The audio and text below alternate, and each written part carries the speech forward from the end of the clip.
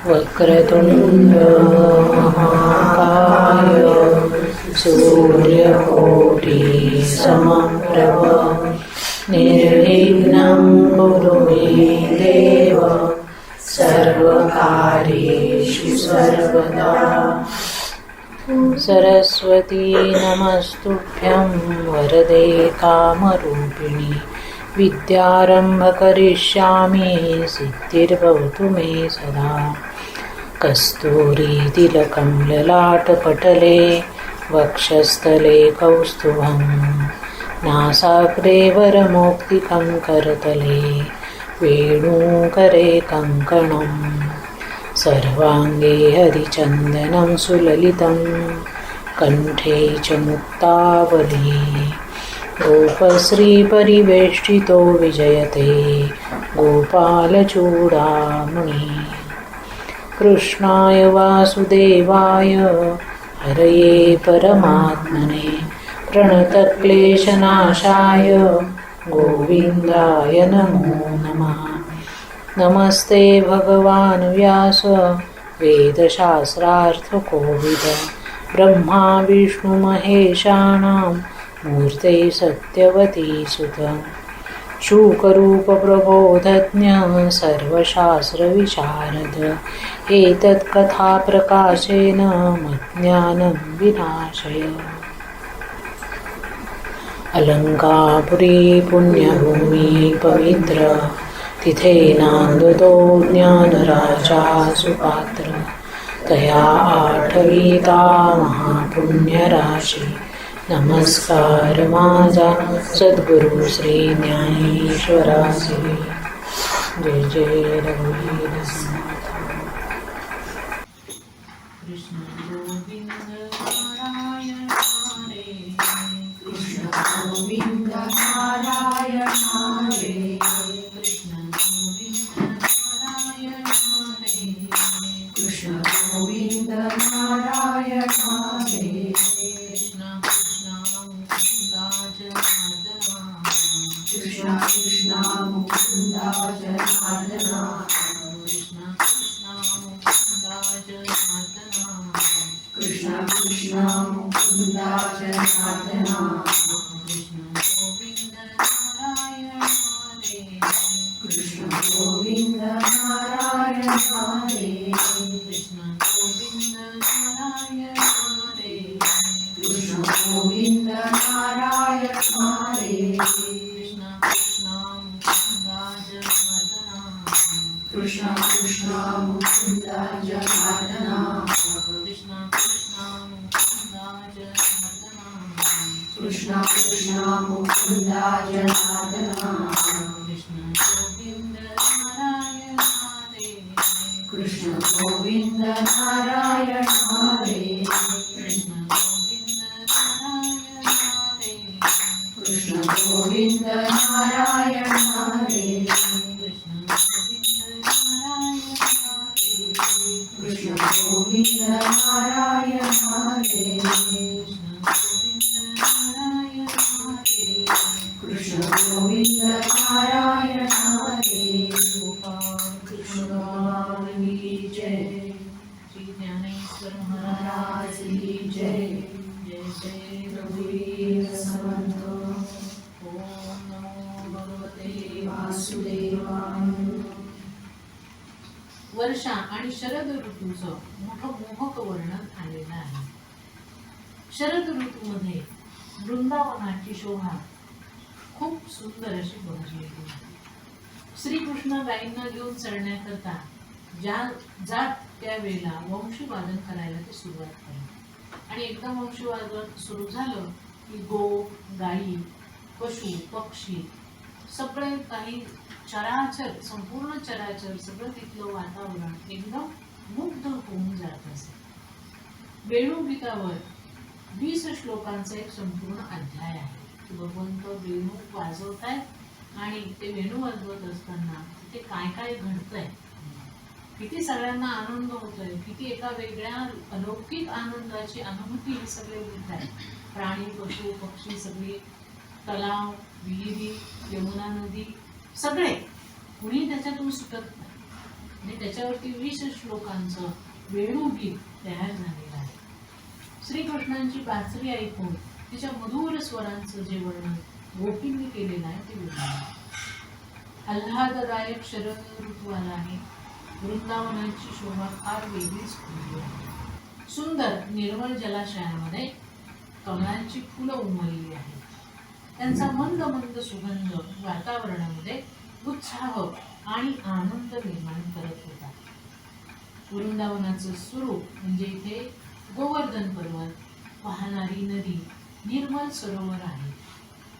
गोवर्धन पर्वत हा दृढ निष्ठेचा प्रतीक आहे. नदी भगवंताच्या दिशेने प्रवाहित होणारी वृत्ती आहे आणि निर्मळ सरोवर भक्तजनांचं हृदय आहे. म्हणजेच या प्रेमधामामध्ये वृंदावनामध्ये भक्तांच्या निर्मल हृदयामध्ये भक्ती प्रवाह वाहतात. मग भगवंताची भक्ती कोणामध्ये नाही असं नाही. तिथली यमुना नदी भगवंताच्या दिशेने वाहते. भगवंत ज्या दिशेने उभे आहेत त्या दिशेला नदी वाहते. का? कारण ती भगवंताकडे आकर्षित होते. तिचं भगवंतावरती प्रेम आहे. गिरिराज गोवर्धन पर्वत भक्तीचं मूर्तिमंत स्वरूप आहे. म्हणून भगवंत त्यांना आपल्या हातामध्ये धरतात. तो ती कथा पुढे येणारच आहे.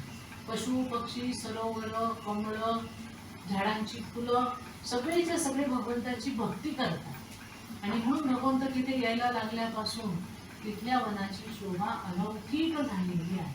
अद्भुत झाली. ते तिथे गेल्यानंतर माणूसाला असं वाटतं की अरे कुठल्या वेगळ्या जगात आपण आलो. आणि भगवंत तिथे कायम फिरतात. त्यामुळे भगवंताची आनंद स्वरूप असणारी स्पंदनं तिथे सगळीकडे पसरलेली आहे. तर आता इथे गोप आणि गोपी म्हणजे काय त्याचे वर्णन त्यांनी केलेलं आहे की जे आपल्या इंद्रियांनी पंच ज्ञानेंद्रियांनी श्रीकृष्णांच्या रसाचं पान करतात त्यांना गोप किंवा गोपी म्हणतात. म्हणजे ते सातत्याने श्रीकृष्णांचं दर्शन घेतात, कानाने श्रीकृष्णांची बासरी ऐकतात, श्रीकृष्णांचं मधुर वचन ऐकतात, श्रीकृष्णांचा स्पर्श करतात. श्रीकृष्ण अलौकिक स्वरूपाचा गंध त्यांच्या शरीरातून येतो. त्या गंधाचं सेवन करतात. ओके. श्रीकृष्णाच्या हाताने जेवतात, श्रीकृष्णाला खाऊ घालतात. या सगळ्या दृष्टीने जे भगवंताची एकरूप झालेले आहेत त्यांना गोप आणि गोपी म्हणतात. हे मनाने ध्यान करत नाही, बुद्धीने विचार करत नाही, तर ते ब्रह्माशी एकतेचा निश्चय करत नाही. त्यांचे इंद्रिय आणि सगळे अवयव जे आहेत ते परमात्मा रसामध्ये बुडून गेले. त्याचा वेगळा काही विचार करत नाही की अरे मग भविष्यात आपलं काय करायचं, मग आपली झोपडी आहे तर मग घर कधी बांधायचं, आपल्याला कर्ज मिळेल का, मग आपल्याला नवीन कपडे कधी मिळतील, मग आपण बाजारात जाऊन काय आणायचं, काही नाही. त्यांच्या बुद्धीचा आणि मनाचा एकमेव विषय श्रीकृष्ण. श्रीकृष्ण म्हटले बाजारात जाऊ की लगेच बाजारात जाणार. श्रीकृष्ण म्हटले तलावात जाऊ लगेच तलावात उड्या मारणार. बाकी ते वेगळा काहीही विचार करत नाही. बासरीचा स्वर ऐकल्यानंतर निसर्गामध्ये काय काय परिणाम होतात, तर मध जो आहे फुलांमध्ये असणारा तो टपकतोय खाली. आता हे दृश्य आजपर्यंत कोणी बघितलेलं नाहीये. तो मध फुलामध्येच राहतो. पण बासरी वाजल्यानंतर तो मध सुद्धा हे जे वेगवेगळे वृक्ष आणि त्यांच्यावरची फुलं आहेत ती भगवंतांना देऊ इच्छितात स्वतःकडनं. म्हणून ते मध पाझरतो तिथे. श्रीकृष्णाच्या बासरीने झाडांना आनंद होतो. ही झाडं झुकून श्रीकृष्णांच्या चरणारविंदांना स्पर्श करू पाहतात. सगळेच श्रीकृष्णांच्या माधुर्य प्रेमात देहभान विसरून गेले आहे. जेव्हा हेमंत ऋतू येतो तेव्हा व्रजकुमारिका कात्यायनी देवीचं व्रत करतात. त्या प्रतिदिनी यमुना स्नान करतात आणि प्रार्थना करतात की देवी आम्ही तुझ्या चरणावर नमस्कार करतो. नंदनंदन श्रीकृष्ण आम्हाला आमचे पती म्हणून त्यांनी आमचा स्वीकार करून. आता आहे चिरहरणाचा प्रसंग. जेव्हा ब्रह्म आणि जीव यांच्यामध्ये अविद्येचं आवरण आहे तोपर्यंत ते भंग पावत नाही. ते आवरण जे आहे, जीव आणि ब्रह्म, जीव आणि शिव यांच्यामध्ये एक पातळसा पडदा आहे, एक आवरण आहे. ते जोपर्यंत भंग पावत नाही तोपर्यंत भगवंताची पूर्ण अनुभूती येत नाही. आणि अजून गोपींमध्ये स्त्री आणि पुरुषत्वाचा भेद शिल्लक आहे. त्या स्वतःला स्त्री समजतात. स्त्री आणि पुरुष हा देहाला धरून असणारा जो वेगळेपणा आहे तो त्यांच्या मनामध्ये अजून आहे. आणि म्हणून त्यांच्या मनामध्ये असणारा हा भाव नष्ट करण्याकरता भगवंतांनी चिरहरणाचा प्रसंग केलेला आहे. तर चिरहरणाच्या प्रसंगाच्या वेळेला श्रीकृष्ण एकटे नव्हते, त्यांच्याबरोबर त्यांचे गोपाल मित्र पण होते. आणि गोपींचं चिरहरण झालं त्यावेळेला त्यांचे भाऊ भाचे सगळे त्यांच्या बरोबर होते. आता हे सगळी तयारी का चालली आहे? कारण पुढे जाऊन सगळ्या गोपींना त्यांना रासलीलेमध्ये घ्यायचं आहे. म्हणजे स्वतःचा जो आनंद रस आहे, जो सगळ्यात श्रेष्ठ रस आहे भगवंताचा, ज्याला माधुर्य रस म्हटलं जातं, तो रस त्या भक्ताला, भगवंताला तोपर्यंत देता येत नाही जोपर्यंत तो भक्त मनाने, बुद्धीने, चित्ताने पूर्ण शुद्ध होत नाही, पूर्ण भगवत स्वरूप होत नाही. तोपर्यंत भगवंताची माधुर्य भक्ती, जी भक्तीतली सर्वोच्च भक्ती, ती मिळत नाही. मग ती भक्ती जर मिळवायची असेल तर आधीच्या भक्तीच्या सगळ्या पायऱ्या भक्तांना चढाव्या लागतात. आता ह्या ज्या गोपिका आहेत, वेगवेगळ्या गोपी आहेत, गोप आहेत, हे भगवंताची सखा आहेत. यांनी भगवंताची नवविधा भक्तीपर्यंत यांची सगळी भक्ती होत आलेली आहे. मग पुढच्या ज्या भक्ती आहेत, लालन भक्ती आहे, सख्य भक्ती आहे, असं करत करत माधुर्य भक्तीपर्यंत न्यायचं आहे सगळ्यांना. तर ते न्यायचं असेल तर त्यांची तेवढी तयारी भगवंत आधी करून घेत आहे. म्हणून हे सगळे प्रसंग आहेत. चिरहरणाचा प्रसंग हा त्यातलाच एक उदाहरण आहे की जोपर्यंत जीवामध्ये स्त्री पुरुष, माझा तुझा, याचा त्याचा हा भेद शिल्लक राहतो तोपर्यंत तो परमात्म्याशी एकरूप होऊ शकत, परमात्मा त्याला आपला पूर्ण आनंद देऊ शकत नाही. कारण तो एक विकल्प मनामध्ये शिल्लक आहे, तो त्यांना काढायचा आहे. त्यामुळं रासलीलेची सगळी अनुकूलता ते तयार करतात. एकदा श्रीकृष्ण आणि बलराम आपल्या गायी बाल सखांबरोबर यमुनेच्या तटावर निघून गेले. खूप वेळ तिथे ते खेळले. खेळल्यामुळे त्यांना खूप भूक लागली आणि मग श्रीकृष्ण म्हणाले, आता यमुनेचं पाणी प्या, पोट भरेल. तर त्यांचे बालसखा म्हणाले की अरे नुसतं पाणी पिऊन कुठे पोट भरतं का? आम्हाला प्रचंड भूक लागली, आमची जेवणाची काहीतरी व्यवस्था करा.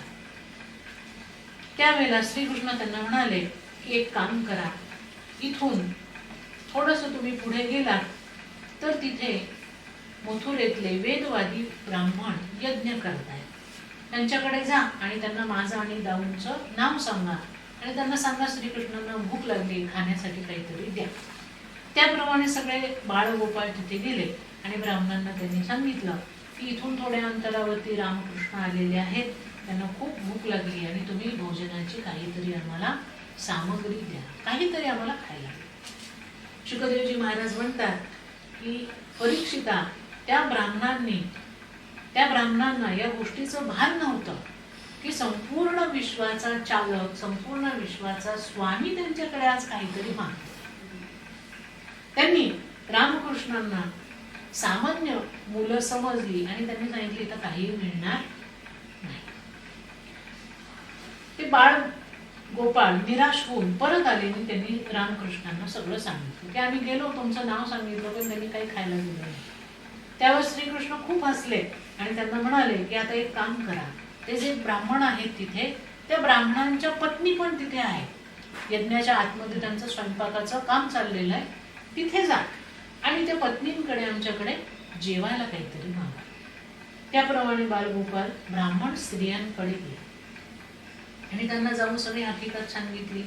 त्याबरोबर अतिशय प्रेमाने एक क्षणाचाही विलंब न करता त्यांनी भोजनाचं सगळं साहित्य घेतलं आणि त्या श्रीकृष्णाजवळ आले.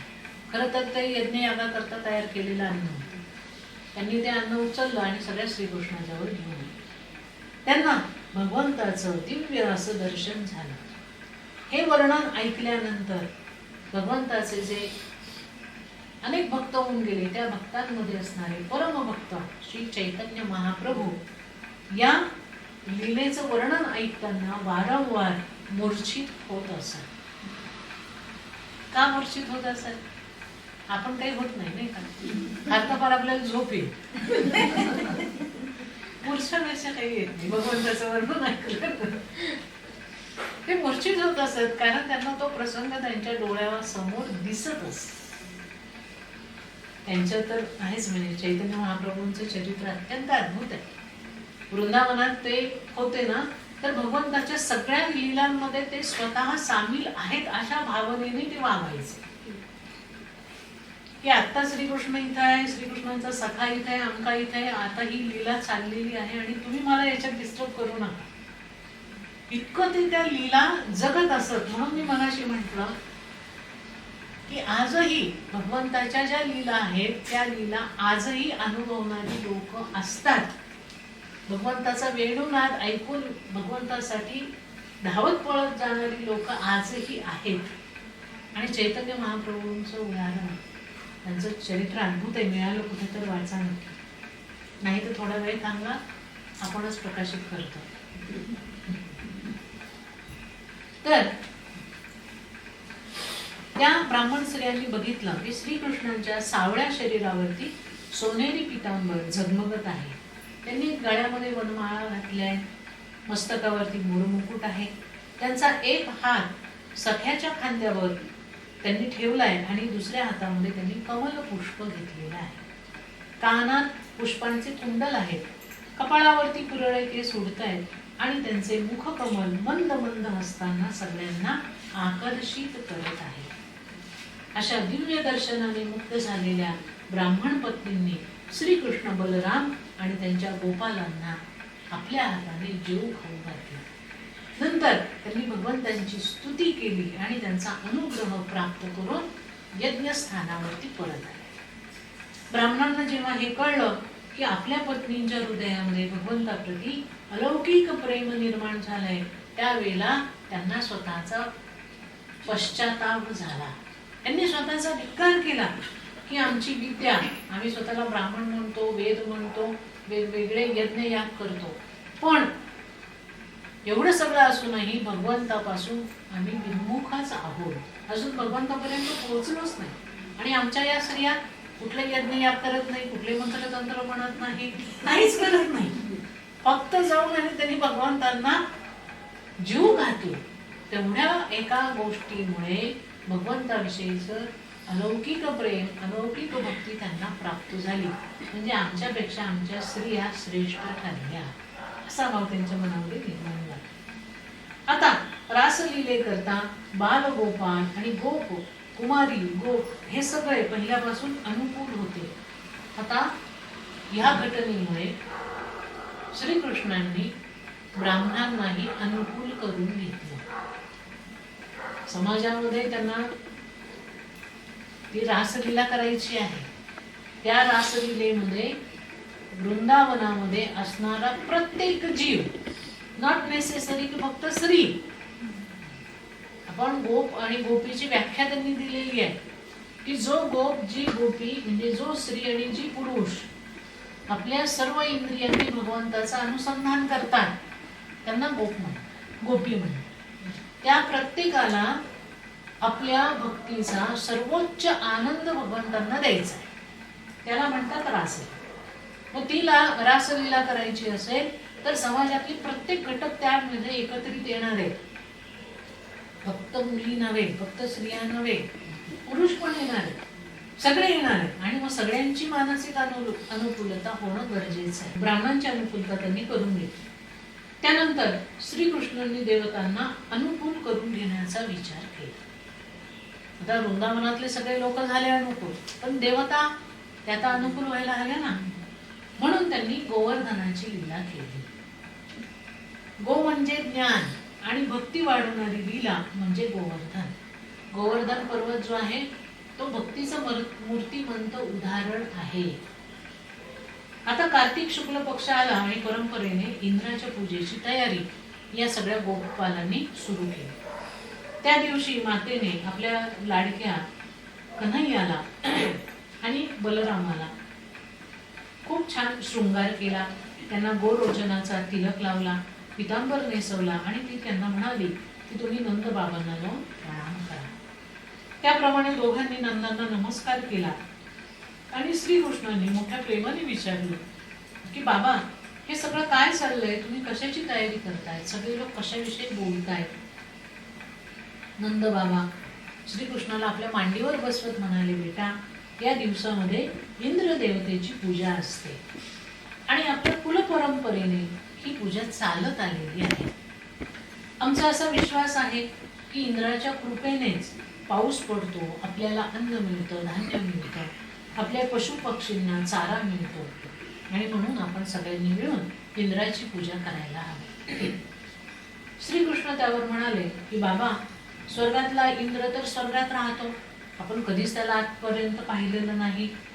आपल्या जवळ न राज्य आहे, न घरदार आहे, साधं गाव सुद्धा आपल्या जवळ नाही. आपण तर वनवासी लोक आहोत आणि या गोवर्धनाच्या पायथ्याशी राहतो. म्हणून आपली देवता गोवर्धन आहे. त्याच्यापासून आपल्याला फळं मिळतात, फुलं मिळतात. गायींचं पोषणही त्याच्यामुळेच होतं. आपलं संपूर्ण जीवन त्याच्यावरच चालतं. मग त्याची पूजा करायला हवी ना. श्रीकृष्ण म्हणतो, माझा गोवर्धन दास इंद्राचाही इंद्र आहे आणि तो चारही देवांचा देव आहे. माझा जो गोवर्धन आहे, ज्याची मी तुम्हाला पूजा करायला सांगतोय, तो कसा आहे? इंद्राचाही इंद्र आहे आणि चारही दिशांचा देव आहे. या गोवर्धनाच्या पूर्वेला जगन्नाथाचं मंदिर आहे, दक्षिणेला रामेश्वरम आहे, पश्चिमेला द्वारका आहे आणि उत्तरेला बद्रीनाथ आहे. असं चारही धामांच्या मध्ये गोवर्धनाचं स्थान आहे. म्हणून ते फार महत्वाचं. या पर्वताचं भौतिक स्वरूप जसं दिसतं तसं आदिदैविक स्वरूपही आहे. याच्यामध्ये भगवंत सूक्ष्म रूपाने वास करतात आणि श्रीकृष्ण सांगतात, बाबा, कधी कधी ना मला त्या डोंगरामध्ये भगवंताचं दर्शन पण झालंय. आणि तो पर्वतच आपलं सगळ्यांचं रक्षणही करतो. श्रीकृष्णाचं म्हणणं सगळ्यांनी एका सुरात मान्य केलं. आजपर्यंत श्रीकृष्णांनी एवढे भव्य दिव्य पराक्रम करून दाखवले आणि तो छोटासा जरी असला तरी त्याच्या बोलण्यामध्ये लॉजिक आहे. तो कधी खोटं बोलत नाही, वेडावाकडं सांगत नाही. त्यामुळे सगळ्यांनी माना हलवलं की बरोबर आहे, श्रीकृष्ण म्हणतो तेच खरं आहे. आपण आता इंद्राची पूजा न करता गोवर्धनाची पूजा करूया. भगवंतांना इंद्राचा अहंकार तोडायचा होता आणि म्हणून इंद्राच्या पूजेकरता जी सामग्री सगळ्यांनी मिळून गोळा केली होती, त्यानेच मोठ्या आनंदाने व्रजवासियांनी दिवाळीच्या दिवशी गोवर्धनाची पूजा केली. सर्व खाद्य सामग्री गाड्यांमध्ये भरून गोवर्धनाजवळ आणण्यात आली. ब्राह्मणांच्या मंगलमय वेदघोषामध्ये श्रीकृष्णांनी स्वतः गोवर्धनाची पूजेचा आरंभ केला. त्याला अभिषेक केला. अभिषेकासाठी पाणी फार लांबून आणावं लागत होतं. तेव्हा श्रीकृष्णांनी गोवर्धननाथांना विनंती केली आणि त्या ठिकाणी गंगा प्रकट झाली. तिला मानस गंगा असं म्हटलं जातं. गोवर्धननाथ श्वासोच्छ्वास करत असल्याची जाणीवही काही गोपांना त्या वेळेला झाली. श्रीकृष्णांच्या परममंगल करकमलांनी ज्याची पूजा होते तो साक्षात चैतन्यमय असणारच आणि जो चैतन्यमय आहे तो श्वासोच्छ्वास करणारच. भगवंताचा हात लागल्यानंतर तिथे जर सजीवता आली नाही तरच विशेष आहे ना. गोवर्धनाची यथासांग पूजा नैवेद्य करून सगळ्यांनी विविध मंगलवाद्य वाजवून गोवर्धनाची प्रदक्षिणा केली. श्रीकृष्णांनी इंद्रपूजेचा निषेध केल्यावर इंद्राचं खरं स्वरूप सगळ्यांच्या समोर आलं. त्याचा अभिमान तुटला आणि इंद्र व्रजवासियांकडून होणाऱ्या पूजेवर आपला अधिकार मानत होता. तो त्याला मिळाला नाही म्हणून तो नाराज झाला आणि क्रोधाने त्याने वरुण देवांना सांगितलं, मेघांना सांगितलं की व्रजामध्ये जितके गायी पशु पक्षी आहेत, माणसं आहेत, त्या सगळ्यांचा नाश करून टाका, सगळा विध्वंस करून टाका, कोणालाही जिवंत ठेवू नका. आता व्रजावरती मुसळधार पाऊस पडला, चारही दिशांना विजा चमकायला लागल्या, वादळाचा वेग अधिक अधिक वाढत होता आणि व्रजवासियांमध्ये एकच हाहाकार माजला. ते सगळे कृष्णांना शरण आले आणि आमचं रक्षण करा अशी विनंती करायला लागले. श्रीकृष्ण त्यांना म्हणाले, तुम्ही चिंता करू नका, गोवर्धनाच्या खाली या असं म्हणून त्यांनी गोवर्धनाला आपल्या हातावर धारण केलं आणि 7 दिवस त्या अवस्थेमध्ये ते होते. गोवर्धनधारी, गिरीधारी. सगळे बालगोपाल त्यांना म्हणायला लागले की कन्हैया, तू थोडीशी विश्रांती घे. एका हातात उचलून हा पर्वत, एका हातात उचलून तुझा हात दुखायला लागला असेल, थोड्या वेळ आमच्या हातात. श्रीकृष्ण म्हणाला, नको नको, तुम्ही माझी नका चिंता करू. तुम्हाला जर राहवत नसेल तर तुमच्या काठ्या या पर्वताला खालून लावा, म्हणजे माझा भार हलका होईल. त्याप्रमाणे सगळ्यांनी आपल्या काठ्या आणि हात गोवर्धनाला लावले. यावरून असं लक्षात येतं की भगवंताची कृपा प्राप्त करण्याकरता माणसाला आपला स्वतःचा प्रयत्नही करावा लागतो. नुसतंच असेल माझा हरी तो देईल फाटल्यावरी असं चालत, तो देईल ना देईल, तो देतोच, पण आधी आपल्याला प्रचंड प्रयत्न करावे लागतात. अशा प्रकारे 7 दिवसापर्यंत श्रीकृष्णांनी गोवर्धन पर्वताखाली आपले व्रजजन आणि गायींचं रक्षण केलं. आता इंद्राला श्रीकृष्णांचं वास्तविक स्वरूप समजलं आणि तो त्यांना शरण आला. इंद्राने कृष्णाला दुधाने अभिषेक केला. ते दूध जिथे एकत्रित झालं त्याला सुरभी कुंड असं म्हणतात. या लीलेमुळे श्रीकृष्ण ईश्वर आहे याची लोकांना पक्की खात्री पडते, व्रजवासियांना. काही लोकांना मात्र तो नंदाचा आहे का याविषयी शंका यायला लागली. त्यांनी नंदांना विचारलं की हा मुलगा तुमचा आहे का? नंदांनी विचारलं की हो हो, हा माझाच मुलगा आहे. पण गर्गाचार्यांनी याच्या नामकरण विधीच्या वेळेला सांगितलं होतं की याच्यामध्ये नारायणासारखे गुण आहेत, त्यामुळे मुलगा जरी माझा असला तरी गुण माझे नाही, गुण नारायणाचे आहेत. यशोदेनी ही चर्चा ऐकली आणि ती कृष्णाला म्हणाली, तू कोणाचा आहेस, खरं सांग बरं. कृष्ण म्हणाला, माते अगं मी तुझाच आहे. यशोदा म्हणते की लोक म्हणतात की मी गोरी आहे, तुझे बाबा गोरे आहे, तरी तूच काळा कसा काय झाला? कृष्ण म्हणतो, अगं आई, जन्मताच मी गोरा होतो, पण तुझ्या चुकीमुळे मी काळा झाला. ती म्हणते कशी काय?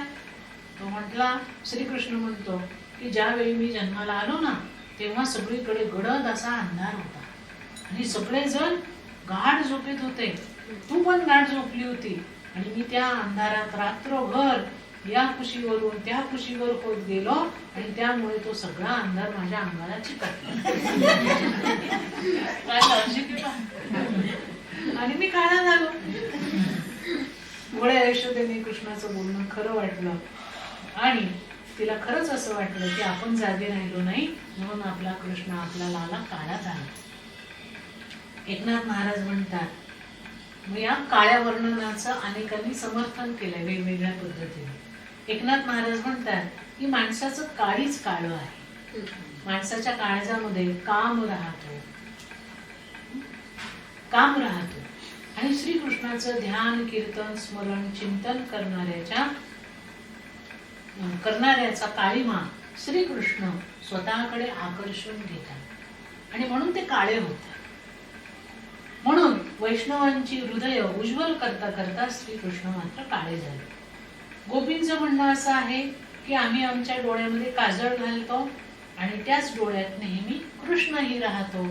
आमच्या डोळ्यातलं काजळ त्याच्या अंगाला लागतं आणि म्हणून तो काळा होतो. महाभारतात दुर्योधन श्रीकृष्णांना विचारतो की नंद यशोदा तुझे माता पिता मानले तर तू काळा का आहेस? श्रीकृष्ण त्यांना उत्तर देताना म्हणतो की मी कौरवांचा काळ बनून आलेलो आहे म्हणून मी काळ. एकदा कुंजवनात राधा कृष्ण दोघेच असताना राधेने प्रेमाने त्याला विचारलं की नाथ, तुम्ही तर सुंदर आहातच, पण काळे का आहात? श्रीकृष्ण राधेला म्हणाले की अगं तसा मी मूळचा गोराच होतो, पण तुमचं सौंदर्य वाढवण्याकरता मी काळा झालो. नंद बाबा यमुनेचं स्नान करण्याकरता रात्री गेले. त्या दिवशी द्वादशी होती आणि यमुनेमध्ये एक असुर आला आणि तो नंदबाबांना घेऊन असुर लोकांमध्ये निघून गेला. त्याबरोबर मथुरेमध्ये वार्ता पसरली की नंदबाबा पाण्यामध्ये बुडाले, ते काही परत आता बाहेर येत नाही. तेव्हा श्रीकृष्णांनी यमुनेमध्ये उडी मारली आणि आतमध्ये असलेल्या वरुण लोकांमध्ये वरुण लोकात ते गेले. तिथे गेल्यानंतर वरुणाने श्रीकृष्णांची सार्वसंगीत पूजा केली. नंदबाबांनी बघितलं आणि मनात म्हणाले की माझा मुलगा किती मोठा आहे, देवता सुद्धा त्याची पूजा करतात, वा भारीच आहे सगळं. आता ही गोष्ट बाहेर आल्यानंतर नंदबाबांनी सगळ्या लोकांना सांगितलं. त्याबरोबर श्रीकृष्णांचे सगळे सवंगडी नाराज झाले की तू फक्त नंदबाबांनाच वरुण लोक दाखवलं, आम्हाला पण बघायचं वरुण लोक. श्रीकृष्ण म्हणाले की मी त्यांच्यापेक्षाही चांगला लोक तुम्हाला दाखवतो. आणि म्हणून आपल्या सगळ्या गोपसखांना घेऊन श्रीकृष्ण वैकुंठामध्ये गेले. आता श्रीकृष्ण वैकुंठात गेल्यानंतर तिथे जाऊन ते सिंहासनावर बसले आणि सगळे गोप बालक लांबून दृश्य पाहायला लागले. श्रीकृष्ण तिथं बसल्याबरोबर ब्रह्माजी आले, तिथे भगवंताचं स्मरण करायला लागले, त्यांची स्तुती करायला लागले. थोड्या वेळाने शंकरजी आले, भगवंताच्या शेजारी बसले आणि ध्यानस्थ झाले. लक्ष्मी त्यांच्या पायाशी आली, ती भीतीने थरथर कापत होती. गोपाळांनी हे सगळं बघितलं आणि त्यांनी विचारलं की आम्ही आता श्रीकृष्णाच्या जवळ जाऊन सिंहासनावर बसू शकतो का? तिथल्या पहारेकरांनी सांगितलं हलायचं नाही, जिथे उभे आहात तिथेच राहा, श्रीकृष्णांजवळ कोणालाही जाता येणार नाही. असं उत्तर ऐकल्यानंतर सगळे नाराज झाले आणि काय तुझा तो वैकुंठ, सगळे नाराज होऊन परत आपल्या ब्रजामध्ये आले.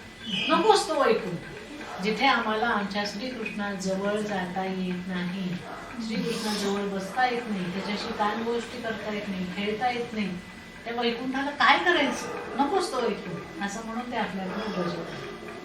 अशा प्रकारे सर्व प्रकारची अनुकूलता प्राप्त झाल्यानंतर आपला प्रभाव स्थापित करण्याकरता तो दिवस उगवला ज्या दिवशी रासलीला आहे. श्री शुकदेवजी महाराज त्याचं वर्णन करताना म्हणतात, रास शब्दाचा अर्थ रसांचा समूह. कोणते रस? तर 9 रस आपल्याकडे सांगितले जातात. सगळे रस ज्या वेळेला एकत्र येतात, जसं सगळे रंग एकत्र आल्यानंतर त्याचा पांढरा रंग तयार होतो, तसं सगळे रस ज्या वेळेला एकत्र येतात तेव्हा त्या रसांचा सगळ्यात परमोच्च बिंदू असणारा मधुर रस तयार होतो. म्हणून रसानां समूहो रास, रस एव रासः, रसो वै सः. रस म्हणजे रसांचा समूह. रसरूप श्रीकृष्ण परमानंद स्वरूप आहे आणि रासाच्या रूपामध्ये भगवंत प्रकट होता. एक दिवस श्रीकृष्णाच्या मनात आलं की माझा तो आनंद आणखीन पुढे न्यावा, रासलीला करावी. परंतु ही रासलीला कशी आहे तर ती साधारण लीला नाही. ज्या वेळेला भगवंत रासलीला करतात त्यावेळेला सगळ्या गोपी गोप हे संन्यास अवस्थेमध्ये असतात. कशी अवस्था असते त्यांची? तर संन्यासी याचा अर्थ ज्याची संसाराविषयीची आसक्ती नष्ट झालेली आहे असं. मग संसाराविषयीची आसक्ती नष्ट झाली तर मग कुठली आसक्ती शिल्लक राहिली? केवळ आणि केवळ भगवंताविषयीची आसक्ती जिथे राहते तिथे हा अद्भुत असणारा माधुर्य रस प्रकट होतो. रासक्रीडेमध्ये 2 प्रकारच्या गोपी आहेत. एक आहे नित्य सिद्धा गोपी आणि दुसरी आहे साधन सिद्धा गोपी. साधन सिद्ध गोपींचे अनेक प्रकार आहेत. कोणते प्रकार आहेत तर श्रुती रूपा, ऋषी रूपा, संकीर्ण रूपा, अन्य रूपा आणि अनन्य रूपा असे साधन सिद्ध गोपींचे प्रकार आहेत. श्रुती ईश्वराचं वर्णन करता करता थकल्या. श्रुती म्हणजे वेदांच्या ऋचा. वेदांमध्ये काय आहे तर भगवंताविषयीचं सगळं वर्णन आहे. ते वर्णन करता करता थकल्या, पण त्यांना प्रत्यक्ष भगवंताचा अनुभव आला नाही. वर्णन केलं की भगवंत कसे आहेत, निर्गुण आहेत, निराकार आहेत, रसरूप आहेत. एकीकडे वर्णन केलं भावना प्रधान आहेत, एकीकडे वर्णन केलं की भावनाहीन आहेत. सगळ्या प्रकारचं वर्णन करून झालं, पण त्या वेदांच्या ऋचांना मात्र भगवंताचं प्रत्यक्ष दर्शन झालं नाही, त्याचा अनुभव आला नाही. आणि तो अनुभव घेण्याकरता या वेदांच्या ऋचा गोपी स्वरूपामध्ये गोकुळात आल्या. त्यांना श्रुती रूपा गोपी असं म्हणतात. श्रुती रूपा गोपी याचा अर्थ वेदांच्या ऋचा भगवंताचं प्रत्यक्ष दर्शन घेण्याकरता, अनुभव घेण्याकरता गोपींच्या रूपामध्ये वृंदावनात आल्या. त्यांना श्रुती रूपा गोपी म्हणतात. त्यानंतर भगवान श्रीरामादी अवतारामध्ये भगवंत ज्या ज्या ऋषी मुनींना भेटले, आता श्रीरामांच्या अवतारामध्ये त्यांनी वनवास पत्करला होता आणि त्या वनवासामध्ये अनेक ऋषी मुनींना ते भेटले होते. त्यावेळेला भगवंताच्या अलौकिक सौंदर्याने सगळे ऋषी मुनी मुग्ध होऊन गेले होते. पण त्यावेळेला भगवंताशी एकरूपतेचा अनुभव त्यांना घेता आला नाही. आणि म्हणून असे जे ऋषी आहेत ते गोपींच्या रूपामध्ये वृंदावनात आले. अशा गोपींना ऋषी गोपा, ऋषी स्वरूपातल्या गोपी असं म्हटलं जातं. ऋषी रूपा गोपी. प्रभूंचं अत्यंतिक मनोहर रूप पाहून मनामध्ये कामभाव उत्पन्न झाल्यामुळे ज्यांनी गोपींचं रूप धारण केलं त्या संकीर्ण गोपी आहे. भगवंत वेगवेगळ्या जन्मामध्ये ज्यांच्या ज्यांच्या संपर्कात आले आणि जे भगवंताचं सौंदर्य पाहून मुग्ध झाले आणि भगवंतांना आपल्या जवळ घ्यावं, भगवंतांना आलिंगन द्यावं असं ज्यांना वाटलं, ज्यांच्या मनामध्ये भगवंताविषयी काम निर्माण झाला, असे जे लोक होते जे गोपींच्या रूपात आले त्यांना संकीर्ण रूपा गोपी म्हणतात. त्यानंतर संसार सुखाचा उपभोग घेताना त्याविषयी अरुची उत्पन्न होऊन भगवंताविषयी प्रेम उत्पन्न झाला. स्त्री पुरुषांनी गोपी रूप धारण केलं, त्या अन्यपूर्वा गोपी असं म्हटलं जातं. जसं तुलसीदासांचं उदाहरण दिलं की तुलसीदास सुद्धा भगवंत सुखाचा संसार सोडून भगवंताची भक्ती करायला लागले आणि पुढे जाऊन ते गोपीच्या रूपामध्ये भगवंताची एकरूप होण्याकरता आले. जे जन्मसिद्ध पूर्ण विरक्तच असतात त्यांना अनन्य पूर्वा गोपी असे म्हटलं जातं. जसं परमहंस शुकदेव महाराज, मीराबाई ह्या कशा आहेत तर अनन्य पूर्वा गोपी आहेत. तर किती प्रकारच्या गोपी आहेत? श्रुती रूपा आहेत, ऋषी रूपा आहेत, संकीर्ण रूपा आहेत, अन्यपूर्व आहेत, अनन्यपूर्व आहेत आणि नित्यसिद्ध गोपी आहेत. अशा विविध प्रकारच्या लाखो गोपी त्या एवढ्याशा वृंदावनामध्ये रास खेळण्याकरता एकत्रित आहे. त्याच्या व्यतिरिक्त नारदजी पण येत आहेत, शिवशंकर पण येत आहेत, त्यांना राहत नाहीये, ते पण येत आहेत. या सगळ्या प्रकारच्या गोपी रास क्रीडेमध्ये सहभागी होतात. श्रीकृष्णांनी गोपींच्या मनामध्ये स्त्री पुरुष शरीराविषयीचा जो भाव होता, भेद होता, तो पूर्णपणे नष्ट करून टाकला होता. त्या गोपींच्या बुद्धीमध्ये शरीरभेदाचं असलेलं अज्ञान, वासना, हे जे मनावरचं आवरण होतं ते भगवंतांनी आता दूर करून टाकलेलं होतं. म्हणजे त्या गोपी केवळ आणि केवळ भगवंताच्या स्वरूपाशी एकरूप झालेल्या होत्या. त्या स्वतःलाही स्त्री मानत नव्हत्या, पुरुष मानत नव्हत्या. आम्ही स्त्री पण नाही, पुरुष पण नाही. कोण आहोत आम्ही? आम्ही श्रीकृष्णाच्या भक्त आहोत. भक्ताला जात पात लिंग धर्म संप्रदाय काहीही नसतं.